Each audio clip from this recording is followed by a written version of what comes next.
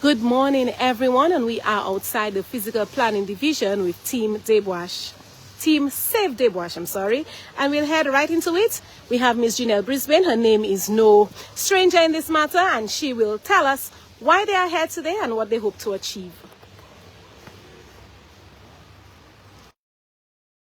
Good morning, everyone, and thank you, MO News, for being here and for constantly covering and giving a platform to the people's voice. So, as you said, we are Team Save Debwash, and we are outside the physical planning today because even though comments were due by end of day yesterday, we have gotten word that the Physical Planning Authority is actually inside the Physical Planning Division's office as we speak, deliberating on the matter, aiming to make a decision.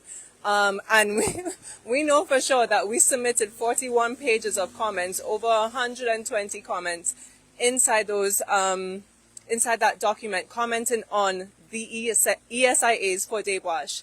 So we're just hoping that they are going to do the right thing. We are here to remind them that they are a regulatory body, a regulatory agency, here to protect the people and our place, not to serve one person, not for any private stakeholder, for any private developer, contractor. You are here to listen to the voice of the people, and we hope that you take us seriously. We hope that you do the right thing. We hope that you pay attention to our comments, because the way those ESIAs were written, if you attempt to make any decision in favor of those ESIAs, it is a clear sign that you are not here for the people. You are here for pockets. You are here for one person's opinion rather than scientific, technically, and legally sound facts. I know you've spoken a lot about the issues, but if you could just remind us very briefly the main issues that you are concerned with, or not you, but your team is concerned with.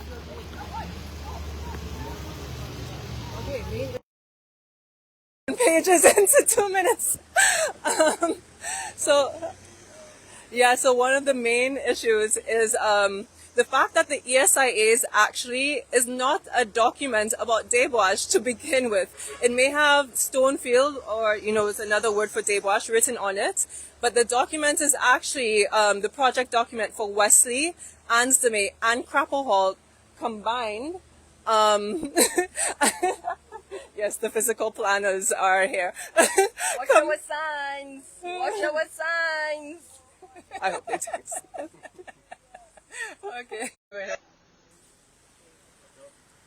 So as you were saying, the ESIA concerns? Yeah, concerns for completely different projects. So how can you even begin to think about approving this when the data isn't even about Stonefield? The air quality data and the vibration data is for Crapple Hall. The biodiversity and stakeholder data is for Ansdame, and it's clearly written Ansdame. The climate data and hydrology data is for Wesley, along with some of the biodiversity surveys, and it says Wesley. So we're not just making this up. This is literally what the document says. It's very clear that they produce false information inside the ESIA. They claim to have consulted the Kalinago councils, and as we have seen, the current chief and the previous chief have both come out and said that their councils, including themselves as chief, were never consulted. So why are they on the stakeholder consultation list? Their numbers don't add up. In one report, they're saying they want 80 acres of land, but their map says 160. In another report, they're asking for about 90 acres of land, but the map says over 20. So what are you really aiming to do here? There's also no geotechnical study, which is what we've been asking for. They've been alluding to geotechnical studies done in the report, saying that they're going to follow geotechnical guidance. But as we've seen, we have been the only ones to put out any form of credible geological information about the site that's actually specific to the site. So how are you even going to begin to quarry a site when you don't even know what is there, or you're not even reporting on what is there?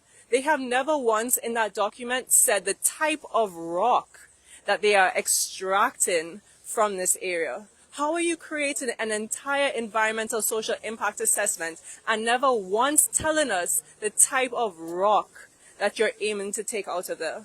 I don't know. There's just so many things down to even like discrediting our law, right? They never recognize the Escazú Agreement or the International Labour Order 169, which gives the Kalinago people the right and the freedom to govern themselves and the decisions that affect them. They completely ignored all those things. They said that they were including the stakeholder comments from the supposed community meetings. That was never included in any of the documents, though the documents did say that they were going to add it to the annex. It was never there. They said they consulted 75 community members. In a stakeholder consultation list, they only list 17. They never even listed the names of their team. Josiah Benoit is the only person who is ever named on the document. And he is the one who is an environmental engineer for Montreal Management, but also represented CR5 somehow in the meetings. He's also the one who was contracted to do the ESIA, which is a conflict of interest, because if I was a developer, I would never create a document that tells me I can't do things. That's crazy. Why would I, So he's the one who did that. He's also the one who calibrated all the equipment, and it appears that he's also the one who did all of the surveys. So supposedly by himself, because he hasn't named anybody else. So either we have a list of experts who he simply refuses to name, or we have one man who is an expert in everything. And yeah, super expert. And as an ecologist, like I can tell you, I'm not even a full expert in my field because I specialize in human dimensions and in reptiles and amphibians. Gary over here specializes in birds. Like to be able to master ecology as one field is very hard, much less for ecology, law, social science, environmental health, engineering, botany, public health, health officer, and so on and so forth. Like, oh, there's actually something. But even in the physical planning notes, in the first ESIA, they left a comment that was made public when, we were able to view the ESIAs, asking who are these experts. So we know very well that they highlighted certain areas asking who are these experts because the data in those sections was absolutely ridiculous. Absolutely ridiculous. So they themselves are concerned and they themselves are confused. And so we are just here, as members of the public, as concerned citizens, as scientists, as researchers, as people in the legal field, in the social science field, as Kalinago people. We are here to let physical planning know and to remind the authority that they are not alone in making this decision. When they make the right decision, we are here for them. We are here to support them. And what do you make of the Prime Minister's comments that all the testing have been done, all the approvals are there, and that everything being done so far is according to law?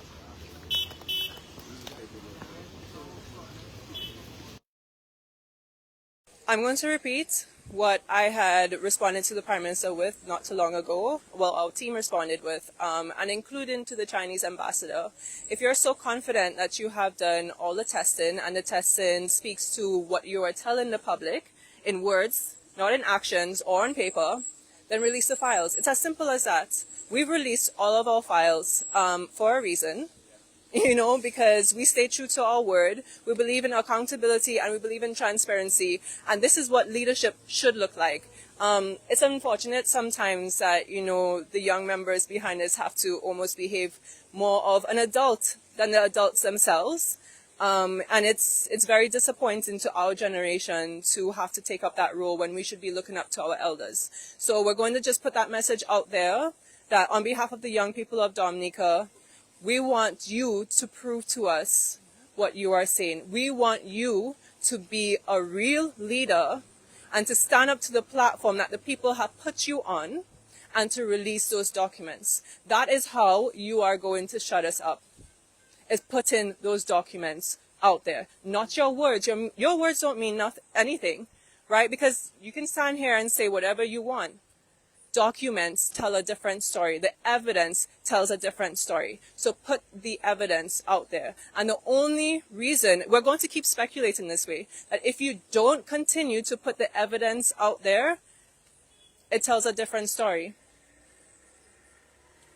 And finally, And finally, oops, I forgot my train of thought. Finally, is the issue just about, because you hear people saying the issue is simply about one mountain and Dominica has so many mountains, if you think down this mountain, it will go back. Is the issue... Sorry. Comment on that line of thinking, please. Thank you.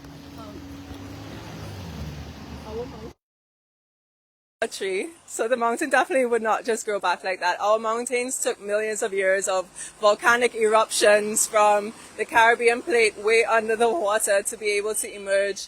Debuash is actually, according to our geologists, Debuash might have been 4 kilometers taller than what we see it today, and it's just been eroded over time. Yeah, it's one of the oldest parts of the island. So to say that Debuash is something that would just come back is a really interesting statement. I lost my trail of thought on that one. What was your question? Is it just about, I mean, some people are saying that it's just a mountain, or, you know, I think they're trying to say, I'm even trying to phrase it like how they say it. Yeah, we have so many mountains, we have so many rivers, you know, what's the point? I think that's what I'm trying to ask. So I think the question should be how important is this area that you're trying to save?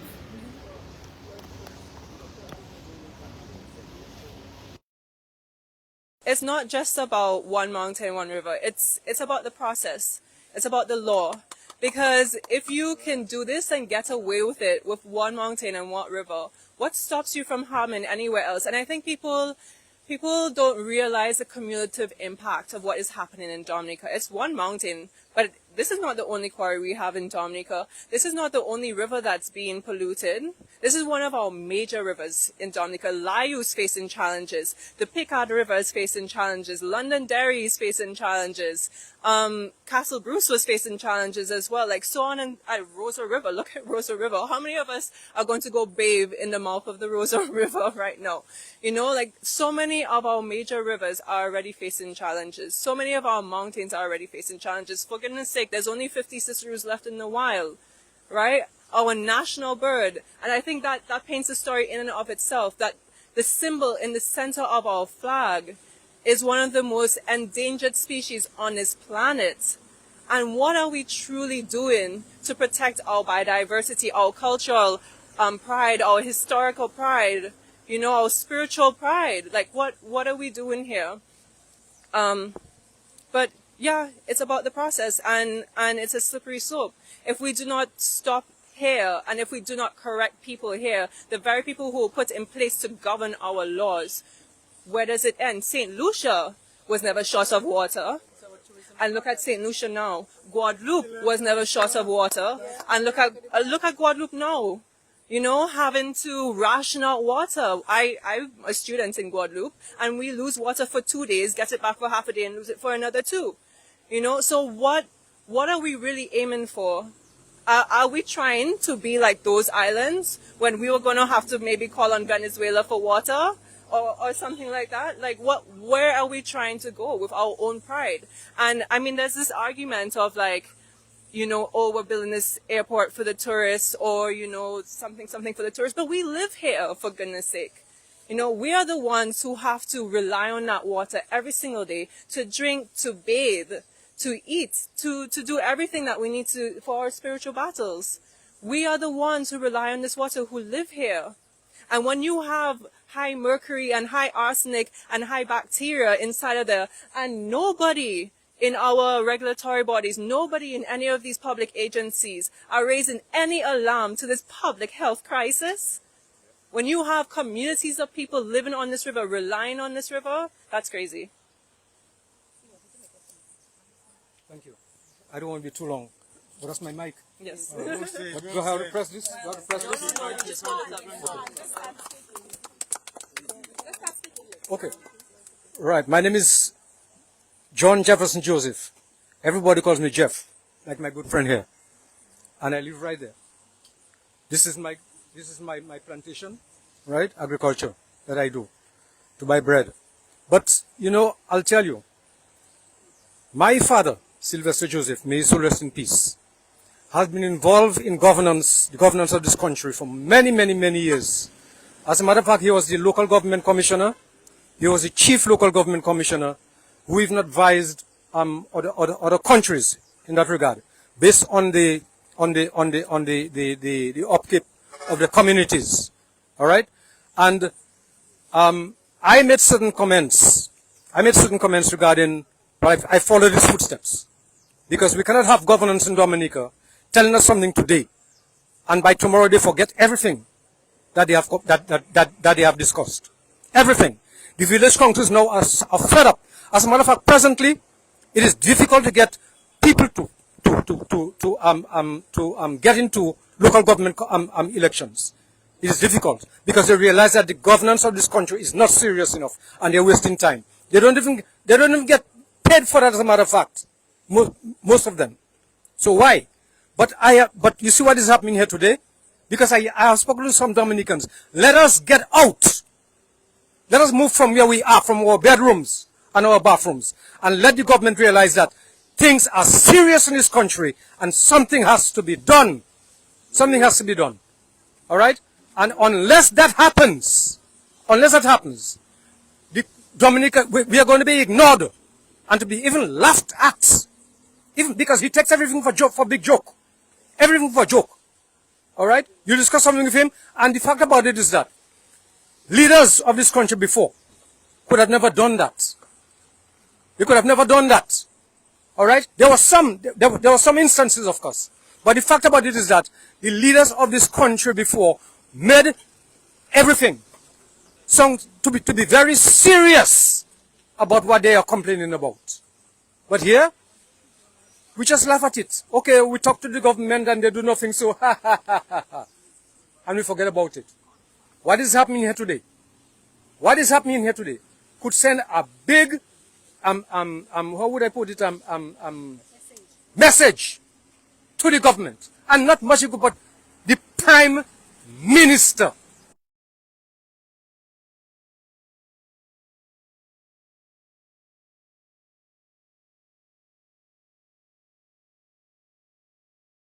About the backwardness that is happening in this country. Do something about it. And until that,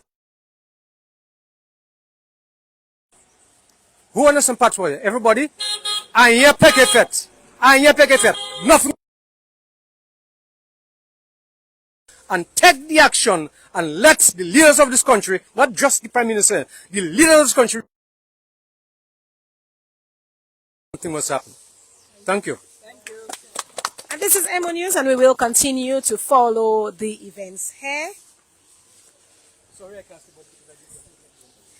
So from the Planning Division, we are saying goodbye, and we will be back. Thank you.